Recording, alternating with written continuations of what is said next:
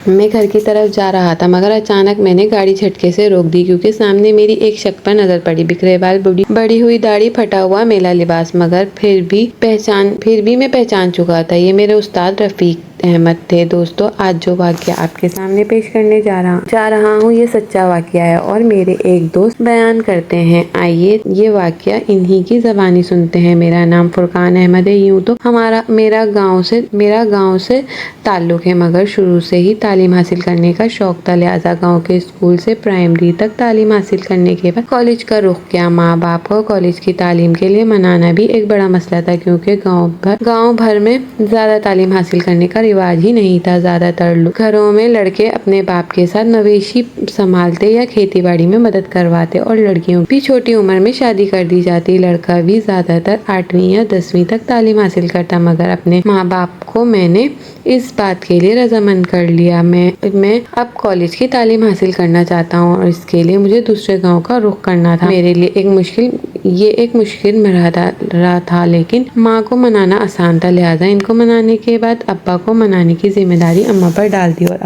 اماں نے ابا کو بھی راضی کر ہی لیا۔ اس کے بعد روزانہ سائیکل پر اپنے گاؤں سے تقریباً 20 سے 25 منٹ کا فاصلہ طے کرنے کے بعد دوسرے گاؤں جایا کرتا اور یہاں کالج کی تعلیم مکمل کی۔ 2 سال تک کالج کی تعلیم مکمل کرنے کے بعد جب میں نے اچھے نمبر پاس کر لیا تو میں نے اب باقی تعلیم کے لیے شہر کا رخ کیا۔ ماں باپ کو شہر جانے کے لیے منانا بھی میرے لیے آسان نہیں تھا مگر اب میرے ماں باپ بھی کسی حد تک یہ بات سمجھ چکے تھے کہ پڑھنا اس کا خواب ہے اور یہ اپنی ضد پوری کر رہے گا، لہٰذا وہ اس بار جلد ہی راضی ہو گئے اور یوں میں نے شہر کا رخ کیا۔ مگر گاؤں میں جو میں نے 8ویں جماعت تک تعلیم حاصل کی تھی وہ میں نے ایک ماسٹر رفیق صاحب سے کی تھی۔ ماسٹر رفیق صاحب اتنے شفیق انسان تھے کہ 8ویں جماعت تک مجھے کبھی بھی ان سے کوئی بات کرنے میں جھجک محسوس نہیں ہوئی۔ ہر بچے کے لیے وہ باپ کا دوسرا روپ تھے۔ گاؤں میں یہ رواج نہیں تھا کہ ہوتا تھا جیسے شہر میں ہر کتاب کے لیے ایک علیحدہ استاد آتا ہے۔ گاؤں میں ساری کتابیں ایک ہی استاد پڑھایا کرتے تھے اور ہماری کلاس میں صبح 8 بجے استاد رفیق آ جایا کرتے تھے اور دوپہر 2 بجے تک وہ ہماری کلاس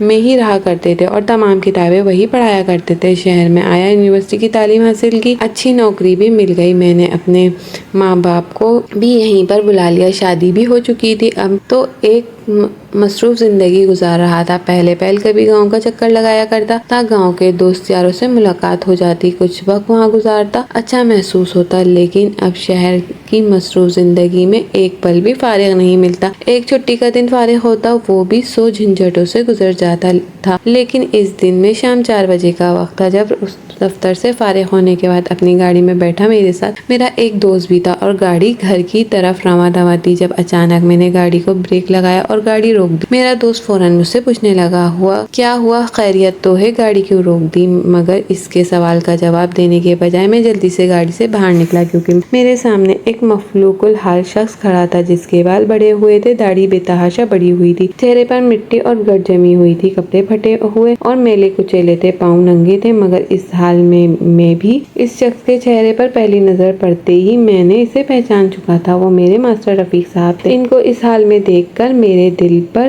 گہری چوٹ لگی۔ یوں محسوس ہوا جیسے میرا دل کسی نے مٹھی میں کھینچ لیا ہو کیونکہ وہ میرے لیے میرے باپ جیسے تھے۔ ایک دم آنکھوں میں آنسو آ گئے اور ماسٹر رفیق صاحب پر گزرے ہوئے وہ لمحات، ان کی زندگی کے وہ تلخ ایام میری آنکھوں کے گرد کسی فلم کی طرح گھومنے لگے۔ میں نے جلدی سے نفی میں سر ہلایا، ان کے خیالات کو جھٹکا، اپنی آنکھوں میں آئے ہوئے آنسو کو صاف کیا اور بڑی عقیدت سے اپنے استاد کا ہاتھ پکڑ کر چوم لیا۔ وہ میری طرف حیران نظروں سے دیکھ رہے تھے۔ میں نے انہیں گاڑی کی پچھلی سیٹ پر بٹھایا اور خود دوبارہ سے ڈرائیونگ سیٹ پر آ بیٹھا۔ میرا دوست اب بھی حیران نظروں سے میری طرف دیکھ رہا تھا اور کہنے لگا، یار فرقان، یہ کیا کر رہے ہو؟ گاڑی میں دیکھو کتنی بدبو اٹھ چکی ہے، اس شخص کو گاڑی میں کیوں بٹھا لیا ہے؟ مگر میں اس وقت کچھ بھی کہنے کی کیفیت میں نہیں تھا۔ یوں محسوس ہو رہا تھا جیسے آنسوؤں کا ایک گولا میرے حلق میں اٹکا ہوا ہے۔ میں نے ایک لمبی سانس خارج کرتے ہوئے اس سے کہا، گھر چل کر تمہیں سب کچھ بتاتا ہوں۔ اپنے گھر پہنچا پہنچا ڈرائنگ روم کا دروازہ کھول کر میں نے اپنے استاد کو وہاں پر بٹھایا اور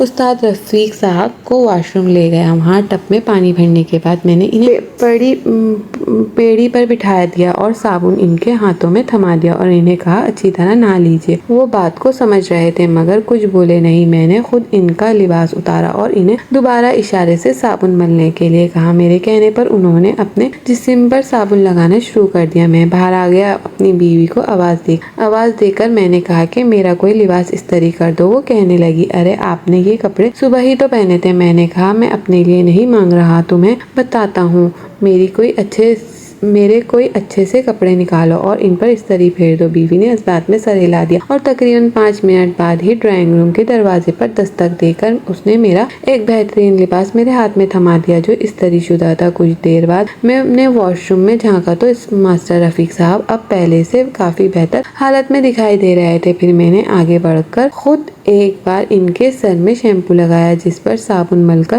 تمام میل کچیل کو اتارا اور پھر انہیں تولیہ تھما کر باہر آ گیا۔ اتنے میں میرے اپنے سارے کپڑے گیلے ہو چکے تھے اور میرا دوست اب بھی حیران نظروں سے میری طرف دیکھ رہا تھا۔ میں نے اسے تسلی رکھنے کا اشارہ کیا۔ ماسٹر رفیق صاحب کو اپنا لباس پہنایا اور انہیں غسل خانے سے باہر لے آیا۔ اب ان کی طرف دیکھ کر اطمینان سا محسوس ہو رہا تھا۔ میں نے اپنی بیوی سے کہا ایک شخص کے لیے کھانا گرم کر کے 2-3 کپ چائے کے بھی چڑھا دو۔ کھانا آیا تو میں نے ماسٹر رفیق صاحب کے آگے رکھ دیا۔ انہوں نے تیز رفتاری سے کھانا شروع کر دیا۔ میں نے ان کا ہاتھ تھاما اور انہیں کہا آرام آرام سے کھائیں، جلد بازی مت کیجیے، نوالا گلے میں پھنس جائے گا۔ انہوں نے میری بات سن کر اس بات میں سر ہلا دیا اور پھر آہستہ رفتار سے کھانا شروع کر دیا۔ تبھی میں نے اپنے دوست کاشف کی طرف رخ کیا اور میں نے کہا یہ میرے استاد ہیں، گاؤں میں 8ویں تک تعلیم میں نے انہی سے حاصل کی ہے۔ یہ صرف استاد نہیں، جانتے ہو میں نے ان کا ہاتھ کیوں چوما تھا؟ کیونکہ یہی وہ ہاتھ ہیں جس نے میرے لیے تعلیم کی شمع روشن کی تھی۔ تبھی کاشف نے حیرانگی سے میری طرف دیکھا اور کہنے لگا مگر یہ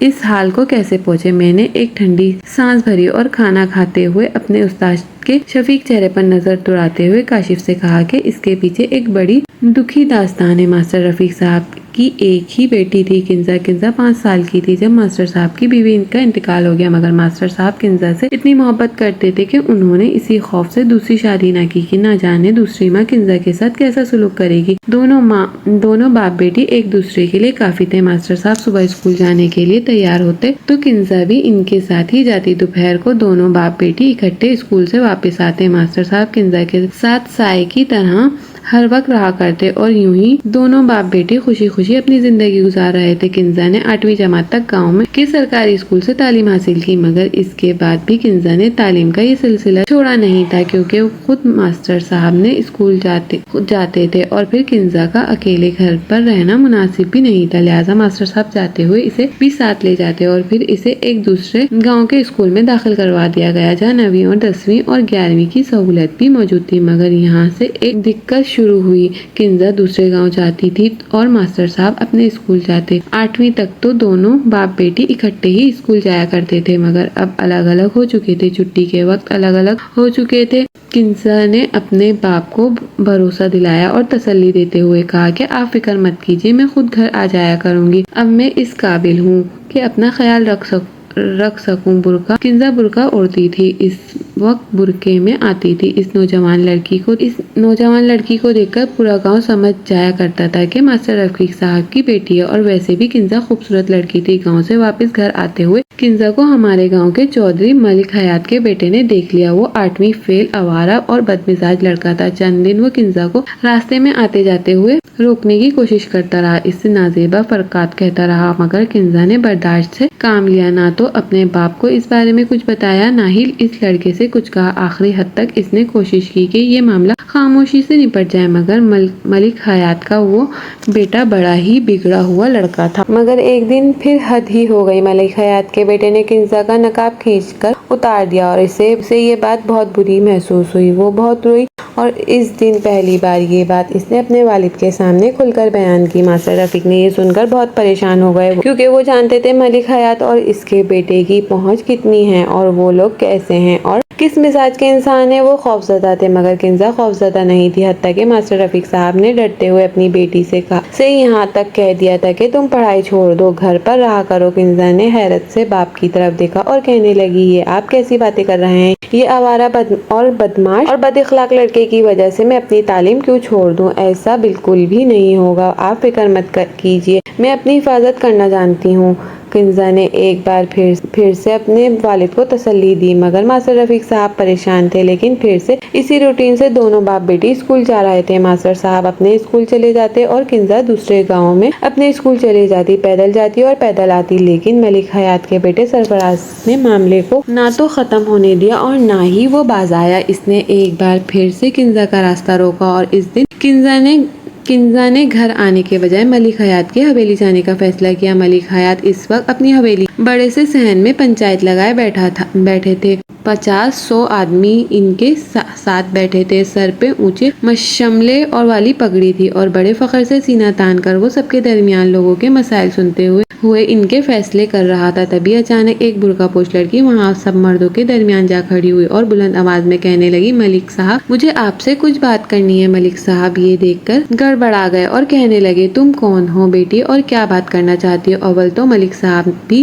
بیٹے کے مزاج کے ہی انسان تھے، وہ عورت کی بات کو سننا کبھی گوارا نہ کرتے، مگر اس وقت پنچایت میں بیٹھے ہوئے اتنے لوگوں کے سامنے وہ لڑکی کو دو ٹوک جواب بھی نہیں دے سکتے تھے۔ اس طرح ان کی عزت اور رتبے میں فرق آتا۔ انہوں نے بڑی شفقت سے کنزا کو بیٹھنے کا اشارہ کیا اور کہا کہو کیا بات ہے بیٹی، کیا کہنا چاہتی ہو؟ کنزا کی آنکھوں میں آنسو آ گیا۔ اس نے بتایا کہ آپ کا بیٹا پچھلے 15-20 دن سے مجھے کالج آتے جاتے راستے میں روکتا ہے، تنگ کرتا ہے اور اسے کئی بار صاف الفاظ میں یہ بات سمجھا چکی ہوں کہ میرا راستہ چھوڑ دے، مجھے تنگ نہ کرے۔ آپ کا بیٹا اس حد تک بڑھ چکا ہے، وہ ہاتھ بڑھا کر میرے سر سے میری چادر کھینچتا ہے۔ لڑکی کے منہ سے یہ بات سن کر پوری محفل کو سانپ سونگھ گیا۔ سب حیران اور پھٹی نگاہوں سے ملک حیات کی طرف دیکھ رہے تھے کہ دیکھتے ہیں اب ملک صاحب کیا فیصلہ کرتے ہیں۔ اور خود ملک صاحب بڑی بری طرح گھبراہٹ کا شکار ہو چکے تھے۔ انہوں نے فوراً اپنے نوکر کو دوڑایا اور کہا کہ سرفراز کو بلا کر لاؤ۔